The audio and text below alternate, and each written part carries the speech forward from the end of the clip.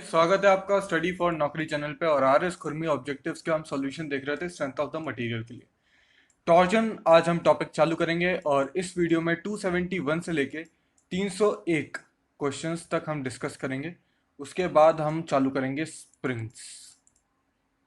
तो टॉर्जन तो काफ़ी इंपॉर्टेंट है। स्प्रिंग से देखेंगे हम किस टाइप के क्वेश्चन आते हैं। हर एक क्वेश्चन इंपॉर्टेंट है नहीं, तो मैं उसको बस उसी वे में कवर करूंगा, और जो मुझे लगता है कि बहुत ज़्यादा इंपॉर्टेंट है, जिससे मैंने क्वेश्चन आते देखे हैं, उसको हम डिटेल में कवर करेंगे।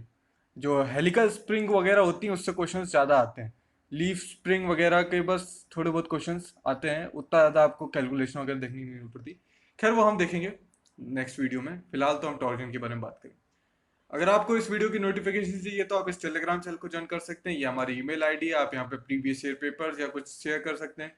इंस्टाग्राम पे भी हम प्रेजेंट है, तो यहाँ पे फॉलो कर सकते हैं। यहाँ पे आपको जीके जीएस और टेक्निकल से रिलेटेड कुछ क्वेश्चंस, कुछ डेटा मिल जाएगा जो आपके एग्जाम्स के लिए यूजफुल होगा।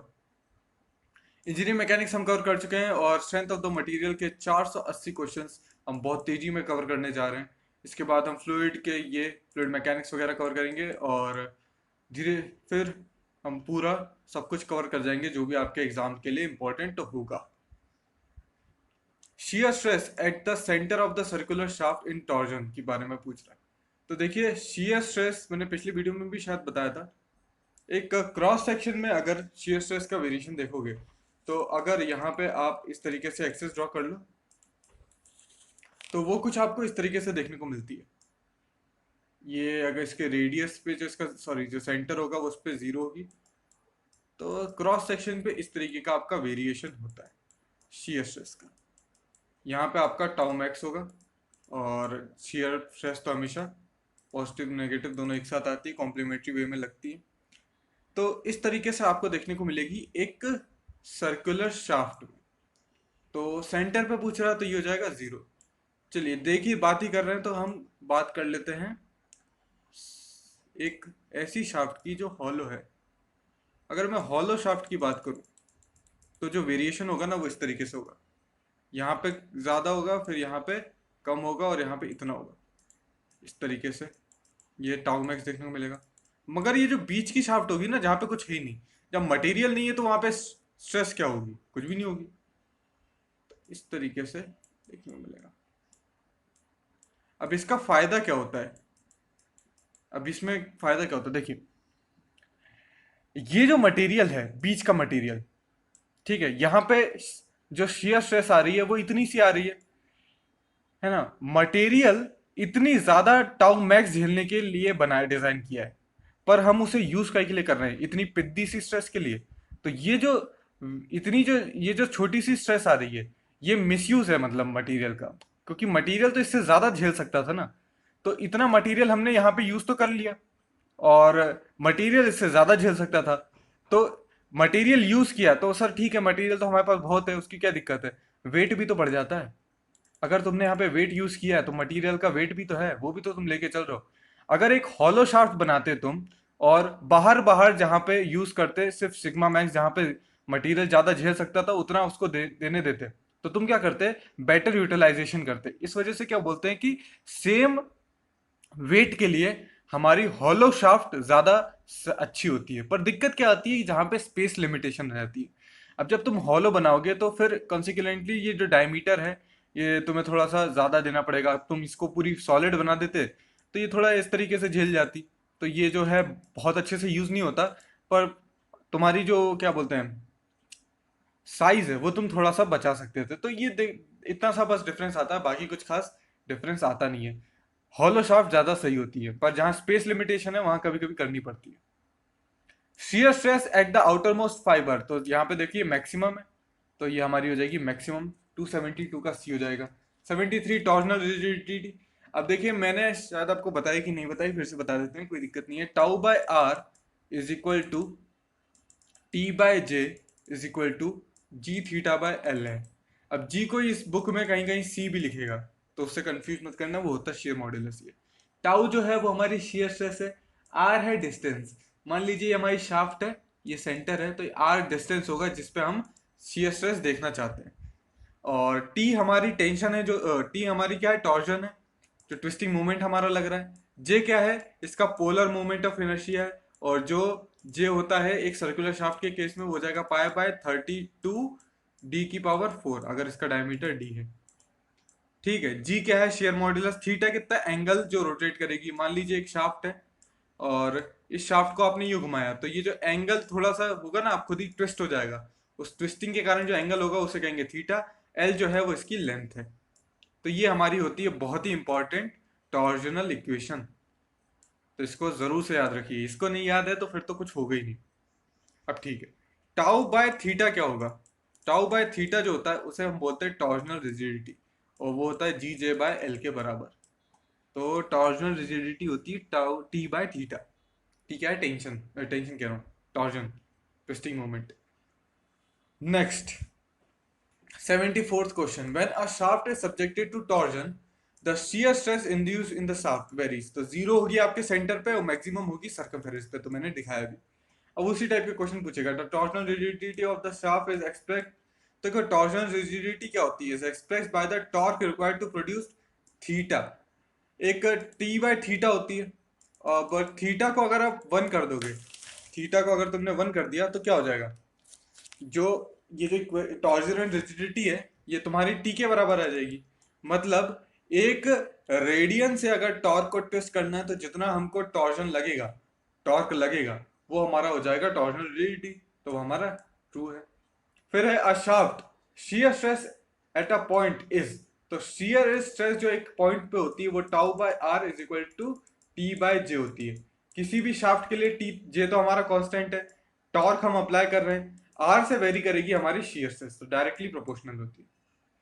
Polar moment of inertia shaft के लिए कितना हो जाएगा, 77 का मैंने सी बताया। 78 की बात करूं, अगर ये हॉलो शाफ्ट होगी तो उस केस में हो जाएगा आपका सी वाला option, pi by 32 D⁴ minus यहाँ पे 32 आएगा। और बेंडिंग वाले जब देखते थे हम, तो हम देखते थे वहां पे जो मोमेंट इनर्शिया वो हमें ये देखने को मिलता था। टॉर्जन में हम ये यूज करेंगे, तो ध्यान रखिएगा। फिर ये टॉर्जन इक्वेशन आ गई, मैंने आपको अभी बताई थी टॉर्जन इक्वेशन। तो इसमें कौन सा करेक्ट ऑप्शन दिख रहा है आपको? देखिए, इसको बस यहाँ से उठा के यहाँ रख दिए तो वही इक्वेशन बन जाएगी जो मैंने वहां पे लिखी थी, T by tau by R is equal to T by J is equal to C theta by L. और मैंने वहां पे बताया भी था कि इस बुक में सी जी, जी की जगह सी यूज करते हैं, जहां मैंने पढ़ा है वहां पे जी यूज करता था मैं, शेयर मॉड्यूलस, और यहाँ पे सी यूज करते हैं। बाकी सारी चीजें सेम ही, कोई दिक्कत वाली बात नहीं। और टॉर्क ट्रांसमिटेड बाय शाफ्ट, अब ये देखिए, टॉर्क ट्रांसमिटेड बाय शाफ्ट। तो टॉर्क जो ट्रांसमिटेड होती है टाउ इज इक्वल टू होती है, आपने फॉर्मूला पढ़ा होगा 16T/πd⁵। नहीं पढ़ा तो भी कोई बात नहीं, मैं भी आपको बता देता हूँ। Tau by R is equal to T by J होती है। ठीक है, अगर मैक्सिमम टॉर्क ट्रांसमिट की बात करूं मैं, या मैक्सिमम शियर स्ट्रेस की बात करूं, तो टाउ और आर को मैं डी बाई टी लिख सकता हूँ। टी वैसा का वैसा डी बाई टी मैंने लिख दिया। और जे कितना होता है, पाई बाय 32 D⁴। तो यहाँ से ये 2 से ये 16 टाइम्स गया, और डी से एक डी गया, तो आपको ये वाला फॉर्मूला दिख जाएगा टी की इज इक्वल टू। तो T is equal to pi by 64 tau into D cube. तो दोनों तरीके से आप याद रख सकते हैं, जिससे भी याद रखना है, मैंने तो इस वाले फॉर्म से याद रखा है, आपको जो अच्छा लगे वो रख लो। तो 80 का यहाँ पे क्या हो जाएगा, बी हो जाएगा। एक दो shaft A and B are made of same material and shaft का डायमीटर 50 mm का है, दूसरे का 100 mm का है, तो मतलब दुगना है, 2 टाइम्स है। तो स्ट्रेंथ ऑफ द शाफ्ट, अब देखिए यहाँ से डी क्यूब से प्रोपोर्शनल है, तो अगर 2 टाइम्स हो जाएगी तो 2 का क्यूब कितना हो जाएगा, 8। तो जो होगी हमारी 8 टाइम्स ज्यादा स्ट्रेंथ होगी बी की। अब इस क्वेश्चन में देखिए, पूछ रहा है कि ये टॉर्जन इक्वेशन दी है, इसमें जे बाय आर क्या होता है। तो जे जो होता है वो होता है हमारा पोलर मोमेंट ऑफ इनर्शिया। तो जे बाय आर जो होता है वो पोलर मॉड्यूलस हो जाता है, पोलर मॉड्यूलस होगा। और आगे वाले क्वेश्चंस में भी ये बुक पोलर मॉड्यूलस यूज करती है, पर पीछे ऑप्शन देखो तो इसमें सेक्शन मॉड्यूलस लिखा रहता है। तो इस वजह से ना, अगर आप ये बुक को अपने मन से सॉल्व करते हो, मतलब खुद से सॉल्व करते हो, तो आपका बहुत ज्यादा टाइम जाएगा। आप हो सकता है सही आंसर मार्क कर रहे हो, पर ये बुक गलत बताएगी। फिर आप गूगल पे जाएंगे, गूगल पे जाएंगे और नेट ऑन करेंगे, उतने में व्हाट्सएप पे मैसेज भी आ जाते हैं। फिर व्हाट्सएप पे मैसेज चेक होने लग जाते हैं, आधे घंटे बाद याद आता है कि मुझे तो ये पता करना था कि पोलर मॉड्यूलस होता है कि सेक्शन मॉड्यूलस होता है। इस वजह से जरूरी है कि ये वीडियो देख लीजिए, आपको सारे करेक्ट ऑप्शन भी मिल जाएंगे। तो सी ऑप्शन यहाँ पे करेक्ट ऑप्शन होगा। पोलर मॉड्यूलस देखिए यहाँ पे फिर से पूछा, पोलर मॉड्यूलस सॉलिड शाफ्ट का कितना होता है, तो वो जाएगा पाई डी क्यूब बाय 32। फिर एक हॉलो शाफ्ट के लिए होगा तो फिर क्या हो जाएगा, पाई बाय 32 तो वैसे ही रहता है, डी की पावर 4 बाय छोटा डी की power 4 divided by capital D, ये आपका हो जाएगा। तो यहाँ पे 84 का हो जाएगा आपका सी ऑप्शन, सॉरी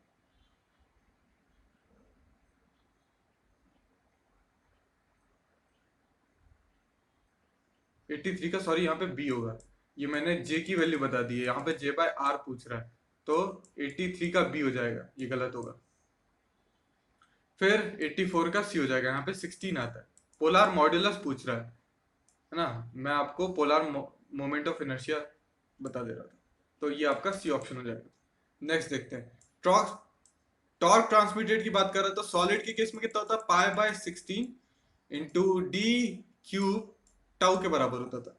यहाँ पे भी पाई बाय 16 तो आएगा, डी क्यूब की जगह डी की पावर 4 माइनस डी कैप छोटा वाला डी की power 4 divided by D into tau, तो यहाँ पे सी ऑप्शन जो होगा 85 का वो करेक्ट होगा, ये गलत होगा। 85 का सी ऑप्शन।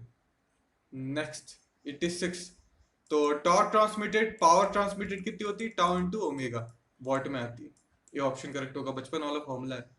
अब ये देखिए, टॉर्क ट्रांसमिटेड होती है, पावर ट्रांसमिटेड होती है टॉर्क इंटू ओमेगा, और टी होता है pi by 16 D cube into कितना टाउ इंटू ओमेगा कितना होता है 2 पाई एन बाय 60 होता है। तो जो पावर ट्रांसमिट हो रही है वो आपके डी क्यूब से प्रोपोर्शनल है और एन से प्रोपोर्शनल है, तो D A cube N is equal to D B cube N B. N A कितना है 250, एन बी कितना है 300, यानी कि देखिए बराबर है दोनों, तो फिर ए छोटा होना चाहिए, डी ए छोटा होना चाहिए, डी बी बड़ा होना चाहिए, या फिर वैसे भी निकाल लो, एग्जैक्ट रेशियो निकाल लो डीबी बाई डी ए का, तो डीबी बाई डी ए का रेशियो निकालोगे तो 1 से कम आएगा, मतलब बी छोटी है, पर यहाँ पे बी को बड़ा बताया तो यहाँ पे फॉल्स हो जाएगा, 87 का बी हो जाएगा। फिर दो शाफ्ट हैं, ए एंड बी सेम मटेरियल की है, ए सॉलिड है और जो दूसरी वाली है वो हमारी हॉलो है, तो टॉर्क ट्रांसमिटेड हमें बतानी है, तो ये जो रेशियो होगा ये होगा आपका जे बाय आर के रेशियो से हमें पता चल जाएगा टॉर्क कितनी ट्रांसमिट होगी, जे बाय आर का रेशियो हम निकाल लेंगे, रेशियो निकालना है बी का ए से, तो हो जाएगी पाई बाय 16 100 की पावर 4 माइनस 50 की power 4 divided by 100 divided by pi by 16 ratio ले रहे हैं इंटू 100 की पावर का क्यूब, मतलब 3 हो जाएगी, तो ये 100 की पावर 4 हो जाएगी टोटल मिला के, पाई बाय 16 से पाई बाय 16 चला जाएगा। अब यहाँ से देखिए इसको हटा के मैं 100 की पावर 4 कर दे रहा हूँ, अब ये 100 की पावर 4 है और यहाँ पे भी पावर 4 में ही है, तो 1 माइनस 2 की पावर 4 का 2 की पावर 4 हो जाएगा, तो ये कितना हो जाएगा 15/16, तो आपका डी ऑप्शन करेक्ट होगा। फिर बोल रहा है कि strength of the shaft is judged bye the torque transmissibility, तो जितनी ज्यादा टॉर्क ट्रांसमिट हो सकती है शाफ्ट से उतनी ज्यादा उसकी स्ट्रेंथ है, तो बिल्कुल सही है, ये ऑप्शन करेक्ट होगा। अब देखिए ये सेम क्वेश्चन है, यहाँ पिछले बार बोला था कि ये एक शाफ्ट है सॉलिड शाफ्ट जिसका डायमीटर डी है कैपिटल डी, फिर एक हॉलो शाफ्ट है जिसका डायमीटर कैपिटल डी और इनर डायमीटर डी है, तो इससे पहले वाला जो क्वेश्चन था उसमें इसको 100 दिया था, ये 100 था और इसको 50 दिया हुआ था, तो आंसर कितना आया था 15/16, तो उसी तरीके से ये भी आ जाएगा। फिर दो शाफ्ट है made of same material, shaft का एक का डायमीटर डी है दूसरे का d/2 है, तो स्ट्रेंथ बतानी है, तो जो स्ट्रेंथ होती है वो प्रोपोर्शनल होती है डी के क्यूब से, है ना, पाई बाय 16 डी की क्यूब होती है, तो यहाँ पे एक 1/2 है तो वह हाफ का कितना क्यूब हो जाएगा, तो वो कितना हो जाएगा 1/8, तो आपका ए ऑप्शन होगा, ये यू नहीं है ए है आसपास। When two shafts of same length, one of which is hollow, transmit equal torque and have maximum stress equal, they should have क्या होगा इनका इक्वल, देखिए tau by R is equal to T by J, tau same है, J same, T भी same है, यानी कि J by R का रेशियो भी सेम होगा। R by J by R के रेशियो को हम बोलते हैं पोलर मॉड्यूलस, तो बी ऑप्शन करेक्ट होगा। ये क्वेश्चन अच्छा क्वेश्चन है। ये देखिए यहाँ पे शाफ्ट ए है जिसका डायमीटर कैपिटल डी है, दूसरी शाफ्ट है जिसका डायमीटर डी बाई टू है, लेंथ दोनों की सेम है, टॉर्क सेम आ रहा है ना, और सी जो है मतलब शेयर मॉड्यूलस भी सेम। तो एक जो इक्वेशन हमने देखी थी, tau by R is equal to T by J is equal to G theta by L, या सी थीटा बाय एल लिख लो, इस क्वेश्चन में सी दिया हुआ है। ठीक है, तो थीटा की जो वैल्यू आई है वो आई है, टॉर्क टी था इस वाली बड़े वाली केस में, तो ये बोल रहा देखिए, if the rotation of B with respect to A, B का ए से मतलब इस शाफ्ट में जो रोटेशन है वो 0.1 रेडियन, तो सी का बी में कितना होगा, मतलब इस वाली शाफ्ट में कितना होगा, तो टॉर्क टी है, जे कितना हो जाएगा, पाई बाय 16 कैपिटल डी की पावर 4, है ना, और ये सी को मैं नीचे ले आता हूँ, इधर लिख देता हूँ, एल को ऊपर ले आता हूँ, ये मेरा थीटा है, और ये कितना है 0.1 के बराबर है। इस वाले शाफ्ट के केस में कितना होगा, टॉर्क तो टी होगा, पाई बाय 16 भी उतना ही होगा, पर यहाँ पे डी बाई टू की पावर 4 होगी, सी वैसा का वैसा, एल वैसा का वैसा, ये हो जाएगा थीटा 2 बोल देता हूँ। तो ये जो डी डी बाई टू है इसकी पावर 4 है, तो ये ऊपर जाके 16 टाइम्स हो जाएगा, और ये जो पूरा जो हमारी इक्वेशन है ये कितनी थी, थीटा के बराबर थी, तो ये जाएगा 0.1 इंटू 16, तो ये जाएगा 1.6 radian. For the two shaft connected in parallel, subjected to twisting moment, angle of twist in each shaft is same। देखिए पैरेलल, और हम देख लेते हैं सीरीज अरेंजमेंट। तो अगर एक शाफ्ट है, एक शाफ्ट ये है, दूसरी शाफ्ट छोटी वाली ये है, और टॉर्क हम इस तरीके से लगा रहे हैं, तो इसे कहते हैं सीरीज अरेंजमेंट।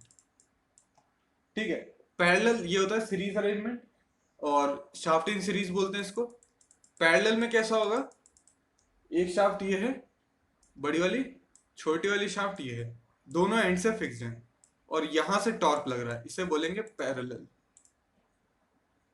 ठीक है, तो ये हमारा पैरेलल और सीरीज का केस होता है। तो पैरेलल अगर शाफ्ट है हमारी, तो अरे यार मैंने हटा दिया, चलो फिर से ड्रॉ करते हैं।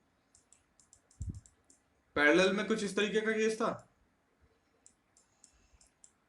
ठीक है, अब टॉर्क लगाया, तो ये तो जॉइंट पे रहेंगी, तो जितना ये घूमेगी, जितना एंगल ये घूमेगी उतना ये घूमेगी, तो सेम एंगल होगा ट्विस्ट का, तो ये एकदम सही है, यस होगा 294 का ए। नेक्स्ट देखते हैं,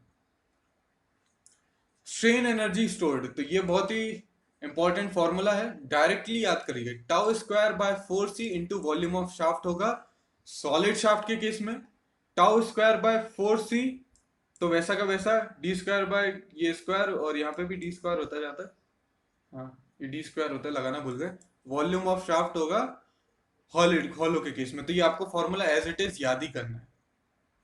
फिर आप ये देखिए यहाँ पे पूछ रहा है बेंडिंग मोमेंट, तो जब एक शाफ्ट है, इस तरीके की शाफ्ट है, उसमें यहाँ से फिक्स है, या फिर फिक्स ना भी करो कोई दिक्कत नहीं है, टॉर्क में अपोजिट डायरेक्शन में लगा दूंगा, तो ये टॉर्क लग रहा है, इसके साथ साथ टॉर्क के साथ साथ बेंडिंग मोमेंट भी लग रहा है, इसमें एक बेंडिंग मोमेंट भी लग रहा है, एम भी लग रहा है, तो इक्विवेलेंट बेंडिंग मोमेंट कितना होगा, तो इक्विवेलेंट बेंडिंग मोमेंट जो होता है उसका फॉर्मूला याद रखिए, सी होता है ये M plus under root of M square plus T square, bending moment के केस में।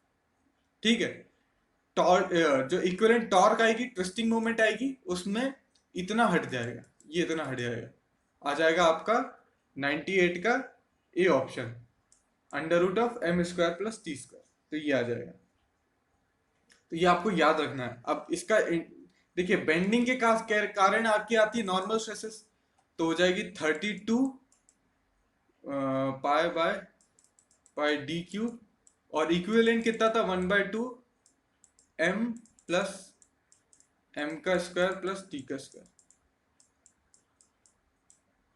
ठीक है, जो बेंडिंग स्ट्रेसेस आती है सिग्मा बी, वो होती है 32 M by pi D cube, ये होता है फॉर्मूला। तो 32 पाई डी क्यूब तो ये रखा, एम इक्विवेलेंट की जगह मैंने ये रख दिया, यहाँ पे देखा था ना एम इक्विवेलेंट, तो ये होता है हमारा फॉर्मूला सी, तो एम इक्विवेलेंट की जगह मैंने ये रख दिया एम प्लस टी स्क्वायर, तो ये यहाँ से कट जाएगा, तो ये हो जाएगा 16, 16/πd³ m plus under root of m square plus T square. तो आपका 99 का सी ऑप्शन होगा। मैक्सिमम शियर स्ट्रेस कितनी होती है वो हमने देखी, 16t/πd³ होती है। ये टाउ इक्विवेलेंट होना चाहिए, तो 16t/πd³, और टाउ इक्विवेलेंट कितना हो जाएगा, T square plus M square का अंडर रूट। तो आपको कौन सा दिख रहा है यहाँ पे, ये ऑप्शन दिख रहा है, टी स्क्वायर हो जाएगा। इसके बाद शाफ्ट और diameter D subjected to twisting moment T, bending moment दिया हुआ है, तो maximum bending stress is equal to maximum shear stress है, तो एम की वैल्यू बताओ।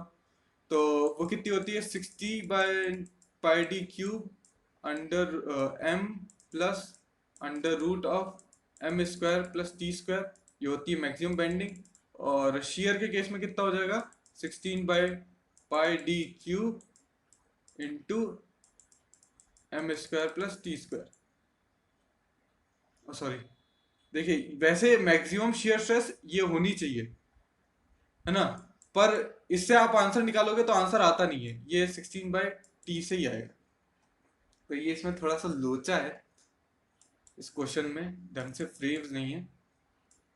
तो m माइनस टी का whole square is equal to, या t माइनस एम का होल स्क्वायर करता हूँ, तो ये हो जाएगा। अब ये जो m है इसको उठा के मैं उधर ले जा रहा हूँ, तो ये m square plus T square का अंडर रूट वैसा का वैसा is equal to t minus M का, अब दोनों साइड में होल स्क्वायर करूंगा, तो ये जो अंडर रूट है वो खुल जाएगा, T square plus M square plus 2tm आ जाएगा। तो क्या होगा हमारा, क्या गलती की मैंने अब,